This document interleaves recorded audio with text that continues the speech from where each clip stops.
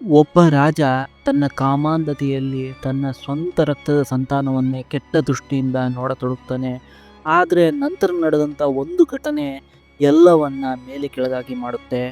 ವಿಲಾಸ್ ನಗರ ಎಂಬಂಥ ರಾಜ್ಯದಲ್ಲಿ ರಾಜ ಮದನ್ ಪಾಲ್ ಆಳ್ವಿಕೆಯನ್ನು ನಡೆಸ್ತಾ ಇರ್ತಾನೆ.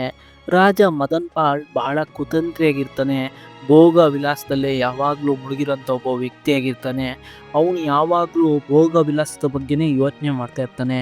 ರಾಜ್ಯದಲ್ಲಿ ಯಾವುದಾದ್ರೂ ಒಂದು ಸುಂದರವಂತ ಸ್ತ್ರೀಯ ಮೇಲೆ ಅವನು ಕಣ್ಣು ಬಿದ್ದರೂ ಸಾಕು, ಆಕೆಯನ್ನು ತನ್ನ ಭೋಗದ ವಸ್ತುವಾಗಿ ಅವನು ಮಾಡ್ಕೊತಾ ಇರ್ತಾನೆ.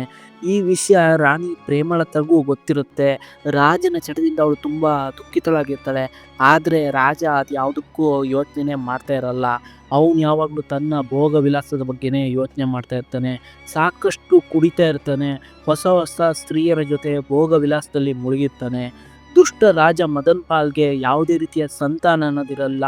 ಆದರೆ ಅವನಿಗೆ ಅದ್ರ ಬಗ್ಗೆ ಯಾವುದೇ ರೀತಿ ಯೋಚನೆ ಸಮೇತ ಇರಲ್ಲ. ಒಂದೆರಡು ಬಾರಿ ಯೋಚನೆ ಮಾಡಿರ್ತಾನೆ. ಒಬ್ಬ ಪುತ್ರ ಇದ್ದರೆ ರಾಜಕೀಯವಾಗಿ ನಾನು ಮುಂದುವರಿಬೋದು ಅನ್ನೋದು ಅವನ ಯೋಚನೆ ಆಗಿರುತ್ತೆ ಹೊರತು ಅವನಿಗೊಬ್ಬ ಪುತ್ರ ಬೇಕನ್ನೋಂಥ ಆಸೆ ಇರಲ್ಲ. ಹೀಗೆ ಕಾಲ ಕಳೆಯುತ್ತೆ. ಪಾಪ ಬಡಪಾಯಿ ರಾಣಿ ಹೇಗೋ ತನ್ನ ದಿನಗಳನ್ನು ಕಳೀತಾ ಇರ್ತಾಳೆ. ಒಂದು ದಿನ ರಾಣಿಯ ಆರೋಗ್ಯ ಅನ್ನೋದು ಹದಗೆಡುತ್ತೆ. ರಾಜ ವೈದ್ಯರನ್ನ ರಾಜ್ಯಕ್ಕೆ ಕರೆಸಲಾಗುತ್ತೆ. ರಾಜ ವೈದ್ಯರು ರಾಣಿನ ಪರೀಕ್ಷಿಸಿಬಿಟ್ಟು ರಾಣಿ ಪ್ರೇಮಲತಾ ಈಗ ಗರ್ಭವತಿಯಾಗಿದ್ದಾಳೆ ಅಂತ ತಿಳಿಸ್ತಾರೆ. ಈ ಸುದ್ದಿ ಕೇಳಿ ಮದನ್ ಪಾಲ್ಗೆ ತುಂಬ ಸಂತೋಷ ಆಗುತ್ತೆ. ಅವನು ಒಂದು ಚಟಗಳಲ್ಲಿ ಸುಧಾರಣೆಯನ್ನು ತಂದ್ಕೊತಾನೆ. ಆದರೆ ಈ ಸುಧಾರಣೆ ಕೆಲವು ಕಾಲ ಮಾತ್ರಕ್ಕೆ ಸೀಮಿತವಾಗಿರುತ್ತೆ. 9 ತಿಂಗಳ ನಂತರ ರಾಣಿ ಪ್ರೇಮಲತಾ ಒಂದು ಸುಂದರವಾದಂಥ ಮಗುವಿಗೆ ಜನ್ಮವನ್ನು ಕೊಡ್ತಾಳೆ. ಅದು ಒಂದು ಹೆಣ್ಣು ಮಗು ಆಗಿರುತ್ತೆ.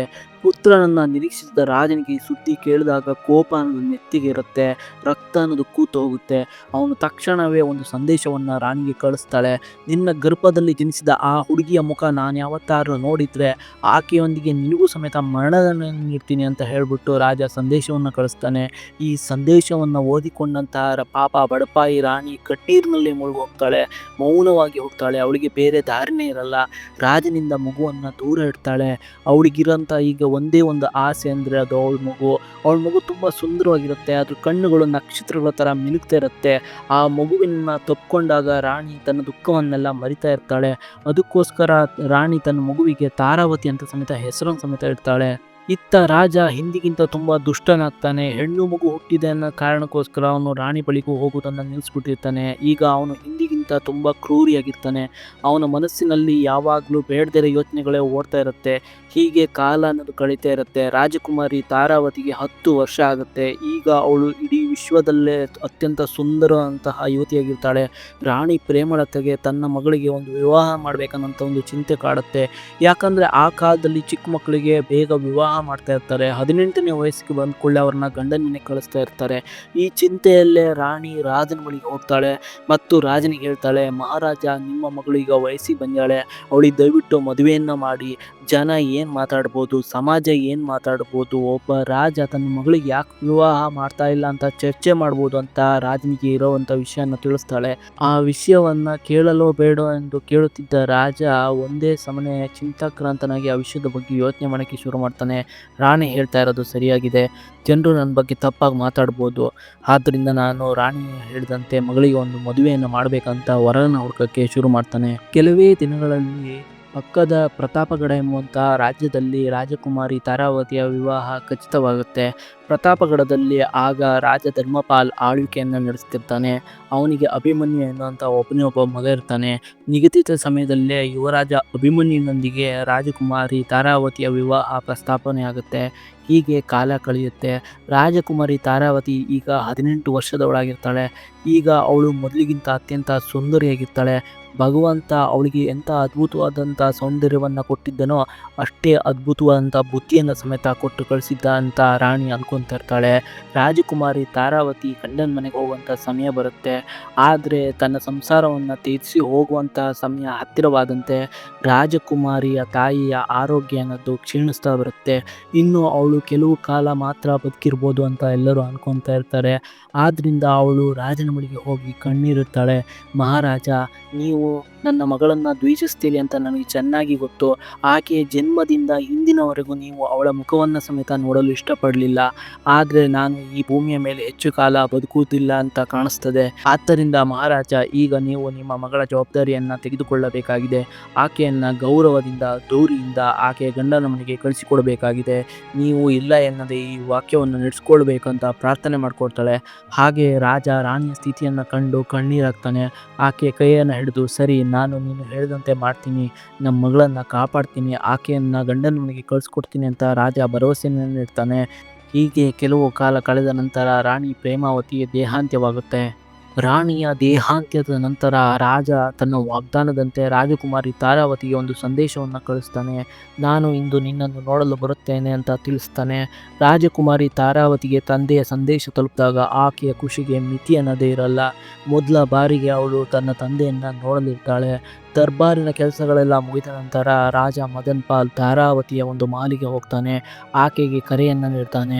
ರಾಜನ ಕರೆಯನ್ನು ಕೇಳಿ ರಾಜಕುಮಾರಿ ತಾರಾವತಿ ರಾಜನ ಮುಂದೆ ಬರ್ತಾಳೆ. ರಾಜಕುಮಾರಿಯನ್ನ ಕಂಡಂತ ರಾಜ ಮದನ್ ಪಾಲ್ ಮಂತ್ರಮುಗ್ಧನಾಗಿ ಹೋಗ್ತಾನೆ. ತನ್ನ ಸ್ವಂತ ಮಗಳನ್ನು ಕಂಡಾಗ ಮದನ್ ಪಾಲ್ ಕೆಟ್ಟ ದೃಷ್ಟಿಯಿಂದ ಅವಳನ್ನು ನೋಡಲು ಶುರು ಮಾಡ್ತಾನೆ. ರಾಜಕುಮಾರಿ ತಾರಾವತಿಯನ್ನ ಮೊಟ್ಟ ಮೊದಲ ಬಾರಿ ರಾಜ ನೋಡ್ತಾ ಇರ್ತಾನೆ. ಎದುರಿಗಿರುವುದು ತನ್ನ ಸ್ವಂತ ಮಗಳೆಂದೇ ಅವನು ಮರೆತು ಬಿಡ್ತಾನೆ. ಇಷ್ಟು ಸುಂದರವಾದ ಕನ್ಯೆಯನ್ನು ನಾನು ಇಷ್ಟುವರೆಗೆ ನೋಡೇ ಇಲ್ಲವಲ್ಲ ಅಂತ ಅನ್ಕೊಂತಾನೆ. ಎದುರಿಗಿರುವ ಕನ್ಯೆ ಜನ್ಮದಿಂದ ತಾನು ದ್ವೇಷಿಸುತ್ತಿರುವ ತನ್ನ ಸ್ವಂತ ಮಗಳು ಅನ್ನೋದು ಅವನಿಗೆ ನಂಬಕ್ಕಾಗಲ್ಲ. ಅವನಿಗೆಷ್ಟು ದ್ವೇಷ ಇರುತ್ತೆ ಅಂದರೆ ಆಕೆಯ ಮುಖವನ್ನು ತನ್ನ ಜನ್ಮದಲ್ಲಿ ಒಮ್ಮೆ ಸಮೇತ ತಾನು ನೋಡುವುದಿಲ್ಲ ಎಂದು ಪ್ರತಿಜ್ಞೆಯನ್ನು ಮಾಡಿರ್ತಾನೆ. ಆದರೆ ಇಂದು ಮೊದಲ ಬಾರಿಗೆ ಆಕೆಯನ್ನು ಕಂಡಾಗ ರಾಜನ ತನ್ನ ಬುದ್ಧಿಯನ್ನೇ ಕಳ್ಕೊಂಡ್ಬಿಡ್ತಾನೆ. ಆಕೆಯನ್ನು ಒಂದೇ ದೃಷ್ಟಿಯಿಂದ ನೋಡ್ತಾ ಇರ್ತಾನೆ. ಮದನ್ ಪಾಲ್ ಕಣ್ಣುಗಳು ತಂದೆಯ ಪ್ರೀತಿಯ ಬದಲಾಗಿ ಒಬ್ಬ ದುಷ್ಟ ಕಾಮಾಂಧನ ದೃಷ್ಟಿಯಿಂದ ನೋಡ್ತಾ ಇರುತ್ತೆ. ಆಕೆಯ ಮುಂದೆ ರಾಜ ಒಂದೇ ಒಂದು ಮಾತನ್ನು ಸಮೇತ ಆಡಲ್ಲ. ಹಾಗೆ ಹಿಂತಿರುಗಿ ತನ್ನ ಶಯನಗೃಹಕ್ಕೆ ಹೋಗ್ಬಿಡ್ತಾನೆ. ಕಾಮಾಂಧನಾದಂತಹ ದುಷ್ಟ ರಾಜ ಈಗ ಕೇವಲ ರಾಜಕುಮಾರಿ ತಾರಾವತಿಯ ಬಗ್ಗೆನೇ ಯೋಚನೆ ಮಾಡ್ತಾ ಇರ್ತಾನೆ. ಅವನ ಮನಸ್ಸನ್ನೋದು ಸಂಪೂರ್ಣವಾಗಿ ಹಾಳಾಗಿರುತ್ತೆ. ರಾಜಕುಮಾರಿ ತಾರಾವತಿಯ ಮಂದಸ್ಮಿತ ಮುಖವೇ ಅವನ ಕಣ್ಣೆದುರಿಗೆ ಬರ್ತಾ ಇರುತ್ತೆ. ಕುಳಿತಾಗ ರಾಜನಿಗೆ ಯಾವಾಗ ರಾತ್ರಿ ಆಗ್ತಾ ಇದೆ, ಯಾವಾಗ ಬೆಳಗಾಗ್ತಾ ಇದೆ ಅನ್ನೋದೇ ಗೊತ್ತಾಗ್ತಿರಲ್ಲ. ಹಾಗೆಯೇ ಒಂದೇ ಸಮನೆ ಕುಳಿತು ಅವಳ ಬಗ್ಗೆ ಯೋಚನೆ ಮಾಡ್ತಾ ಇರ್ತಾನೆ. ರಾಜಕುಮಾರಿಯ ಚಿತ್ರ ಅವನ ಮನಸ್ಸಿನಿಂದ ಮಾಯ ಆಗ್ತಾನೇ ಇರಲ್ಲ. ಅವನ ಮನಸ್ಸಿನಲ್ಲಿ ಸಾವಿರಾರು ಪ್ರಶ್ನೆಗಳು, ತರ್ಕಗಳು, ವಿತರ್ಕಗಳು ಒಮ್ಮೆಲೆ ನಡೀತಾ ಇರುತ್ತೆ. ಇತ್ತ ಬಡ ರಾಜಕುಮಾರಿ ತಾರಾವತಿ ಗೊಂದಲದಲ್ಲಿರ್ತಾಳೆ.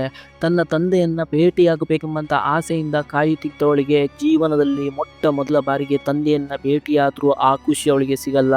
ಬದಲಿಗೆ ತಂದೆಯ ಮುಖದಲ್ಲಿ ತನ್ನ ಮಗಳನ್ನ 18 ವರ್ಷಗಳಿಂದ ನೋಡಿದ ತಂದೆಯ ಭಾವನೆಗಳು ಅವಳಿಗೆ ಕಂಡು ಬರಲ್ಲ.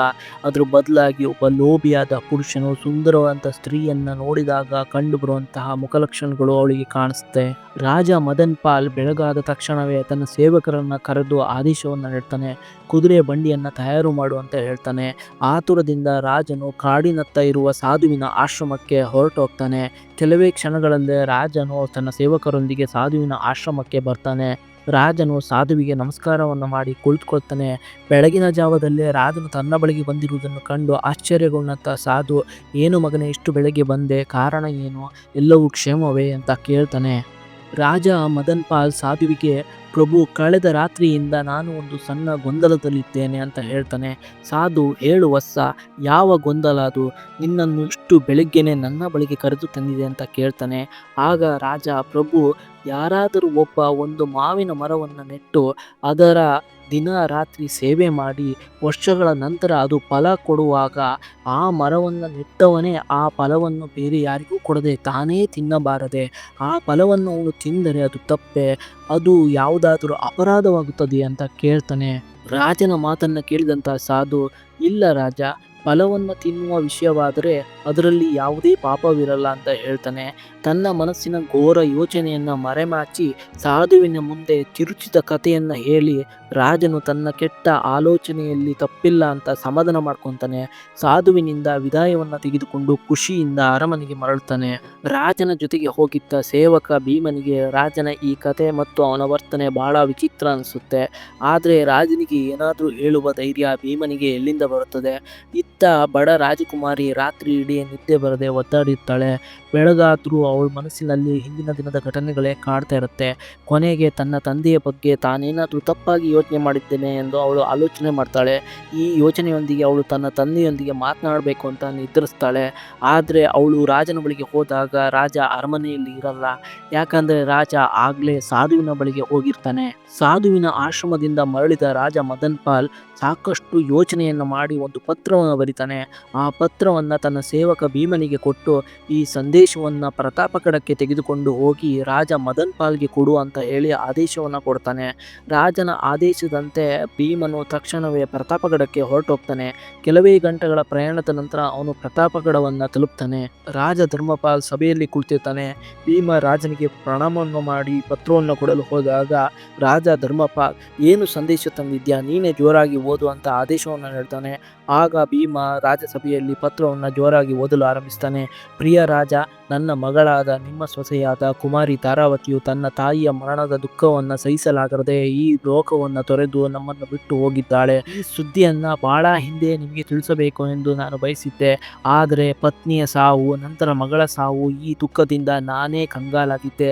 ಆದ್ದರಿಂದ ಇಂದು ದೊಡ್ಡ ಧೈರ್ಯವನ್ನು ತೆಗೆದುಕೊಂಡು ಈ ಸಂದೇಶವನ್ನು ಬರೆಯುತ್ತಿದ್ದೇನೆ.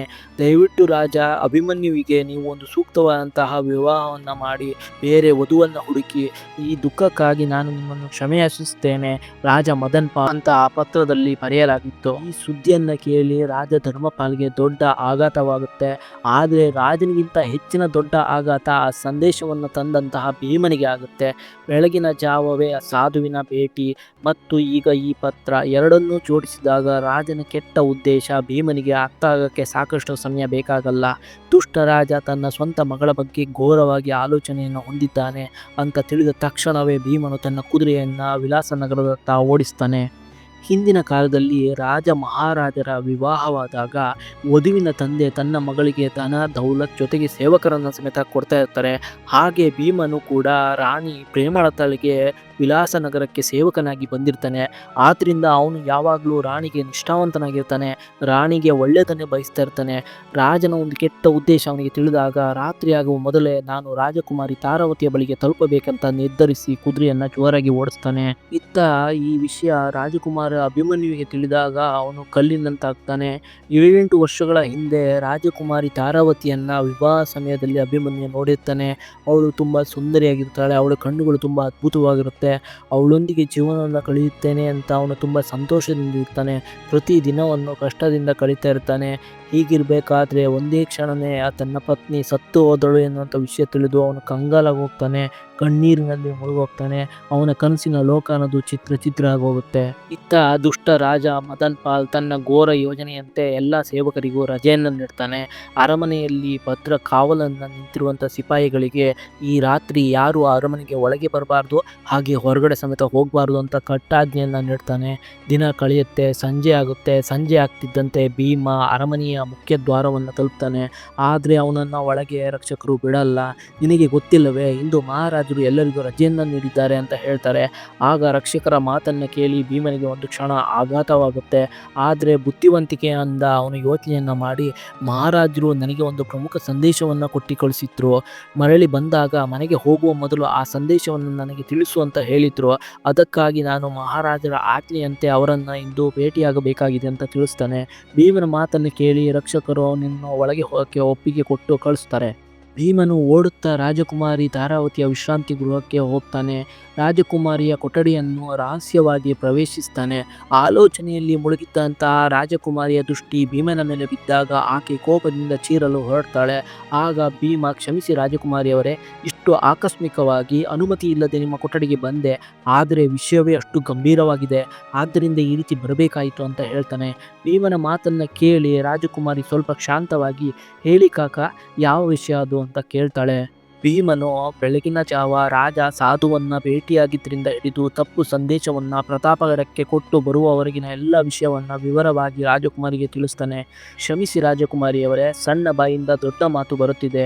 ಒಬ್ಬ ತಂದೆ ತನ್ನ ಮಗಳನ್ನು ಗಂಡನ ಮನೆಗೆ ಕಳಿಸದೆ ಅವಳ ಮರಣದ ತಪ್ಪು ಕಲ್ಪನೆಯನ್ನು ಸೃಷ್ಟಿಸಿ ಅದನ್ನು ಸಂದೇಶವಾಗಿ ಒಬ್ಬನಿಗೆ ತಿಳಿಸ್ತಾನೆ ಅಂದರೆ ಅವನ ಮನಸ್ಸಿನಲ್ಲಿ ಏನೋ ಷಡ್ಯಂತ್ರವಿರಬೇಕು. ಈ ಎಲ್ಲ ವಿಷಯವನ್ನು ಕೇಳಿದ ನಂತರ ರಾಜಕುಮಾರಿಗೆ ತನ್ನ ಕಾಲ ಕೆಳಗಿನ ಭೂಮಿಯೇ ಕುಸಿದಂತಾಗುತ್ತೆ. ಭೀಮನು ಮುಂದುವರೆದು ಹೇಳ್ತಾನೆ, ಮಗಳೇ, ನಾನು ಚಿಕ್ಕ ವಯಸ್ಸಿನಲ್ಲೇ ನಿನ್ನ ತಾಯಿಯೊಂದಿಗೆ ಈ ವಿಲಾಸ ನಗರಕ್ಕೆ ಬಂದೆ. ಅಂದಿನಿಂದ ರಾಣಿಗೆ ನಾನು ನಿಷ್ಠಾವಂತನಾಗಿದ್ದೆ. ನಾನು ಚಿಕ್ಕ ಮಗುವಿರುವಾಗಲೇ ನಿನ್ನನ್ನು ನೋಡಿದ್ದೇನೆ, ನಿನ್ನನ್ನು ಎತ್ತಿ ಆಡಿಸಿದ್ದೇನೆ. ಆದ್ದರಿಂದ ಈ ವಿಷಯ ತಿಳಿದಾಗ ನಾನು ನಿಮಗೆ ತಿಳಿಸಲೇಬೇಕು ಅಂತ ಭಾವಿಸ್ದೆ. ಅದಕ್ಕೋಸ್ಕರ ನಾನು ಇಲ್ಲಿಗೆ ಬಂದೆ. ಇಷ್ಟು ಹೇಳಿ ಭೀಮ ಅಲ್ಲಿಂದ ಹೊರಟೋಗ್ತಾನೆ. ರಾಜಕುಮಾರಿ ತಾರಾವತಿಗೆ ಆಕಾಶವೇ ಒಡೆದಂತಾಗುತ್ತೆ. ಅವಳು ಕಲ್ಲಿನಂತಾಗ್ತಾಳೆ. ಆಕೆಯ ಕಣ್ಣಿನಲ್ಲಿ ನೀರು ಧಾರಾಕಾರವಾಗಿ ಸುರಿಯುತ್ತೆ. ಒಂದೇ ಕ್ಷಣ ಆಕೆ ತನ್ನ ತಂದೆಯ ಬಗ್ಗೆ ನಾನು ತಪ್ಪಾಗಿ ಯೋಚಿಸಬಹುದೇ ಅಂತ ಅನ್ಕೊಂತಾಳೆ. ಆದರೆ ಒಬ್ಬ ತಂದೆ ಇಷ್ಟು ಕೀಳಾಗಿರೋಕ್ಕೆ ಸಾಧ್ಯವೇ ಅಂತಲೂ ಯೋಚನೆ ಮಾಡ್ತಾಳೆ. ಆದರೆ ಇಲ್ಲ, ಎಲ್ಲ ಸರಿಯಾಗಿದೆ, ನನ್ನ ಯೋಚನೆ ಸರಿಯಾಗಿದೆ. ಯಾಕಂದರೆ ನನ್ನ ತಂದೆ ತನ್ನನ್ನು ಮಾವಿನ ಮರದ ಮಾಲೀಕನಾಗಿ ನನ್ನನ್ನು ಮಾವಿನ ಮರಕ್ಕೆ ಹೋಲಿಸಿದ್ದಾನೆ. ಅಂದರೆ ಅವನು ನನ್ನ ಬಗ್ಗೆ ತಪ್ಪಾಗಿ ತಿಳಿಯಲು ಸಾಧ್ಯತೆ ಇದೆ. ಹಾಗೆ ಅವನು ನನ್ನ ಗಂಡನ ಮನೆಗೆ ನಾನು ಸತ್ತಿದ್ದೇನೆ ಅಂತ ಸುದ್ದಿಯನ್ನು ಸಮೇತ ತಿಳಿಸಿದ್ದಾನೆ. ಅಂದರೆ ಅವನು ನನ್ನ ಬಗ್ಗೆ ತಪ್ಪಾಗಿ ತಿಳಿದಿದ್ದಾನೆ. ತಕ್ಷಣವೇ ನಾನು ಇಲ್ಲಿಂದ ಹೊರಡಬೇಕು ಅಂತ ಯೋಚನೆ ಮಾಡ್ತಾಳೆ. ರಾಜಕುಮಾರಿಯ ತಾಯಿ ಜೀವಂತವಾಗಿದ್ದಾಗ ಅವಳು ತನ್ನ ತಂದೆ ಕೆಟ್ಟ ಚಟಗಳ ಬಗ್ಗೆ ಚೆನ್ನಾಗಿ ತಿಳಿಸಿದ್ದಳು. ಆದರೆ ಅವನು ಇಷ್ಟು ಕೀಳಾಗಿರಬಹುದು, ಇಷ್ಟು ಘೋರವಾಗಿ ಆಲೋಚನೆ ಮಾಡಬಹುದು ಅಂತ ಅವಳು ಕನಸಿನಲ್ಲಿ ಯೋಚಿಸಿರಲಿಲ್ಲ. ಕೆಲವು ಕ್ಷಣಗಳು ರಾಜಕುಮಾರಿ ಕಲ್ಲಿನಂತೆ ಕುಳಿತಿರ್ತಾಳೆ, ಕಣ್ಣೀರನ್ನು ಸುರಿಸ್ತಿರ್ತಾಳೆ. ನಂತರ ಆಕೆ ಯೋಚಿಸ್ತಾಳೆ, ಈಗ ನಾನು ಇಲ್ಲಿ ಒಂದು ಕ್ಷಣ ಸಮೇತ ಉಳಿಯುವುದು ಸರಿಯಲ್ಲ. ನನ್ನ ದುಷ್ಟ ತಂದೆ ಯಾವಾಗಲಾದರೂ ಇಲ್ಲಿಗೆ ಬರಬಹುದು. ಆದರೆ ರಾತ್ರಿ ಕಗ್ಗತ್ತಲಾಗಿದೆ, ಎಲ್ಲಿಗೆ ಹೋಗುವುದು?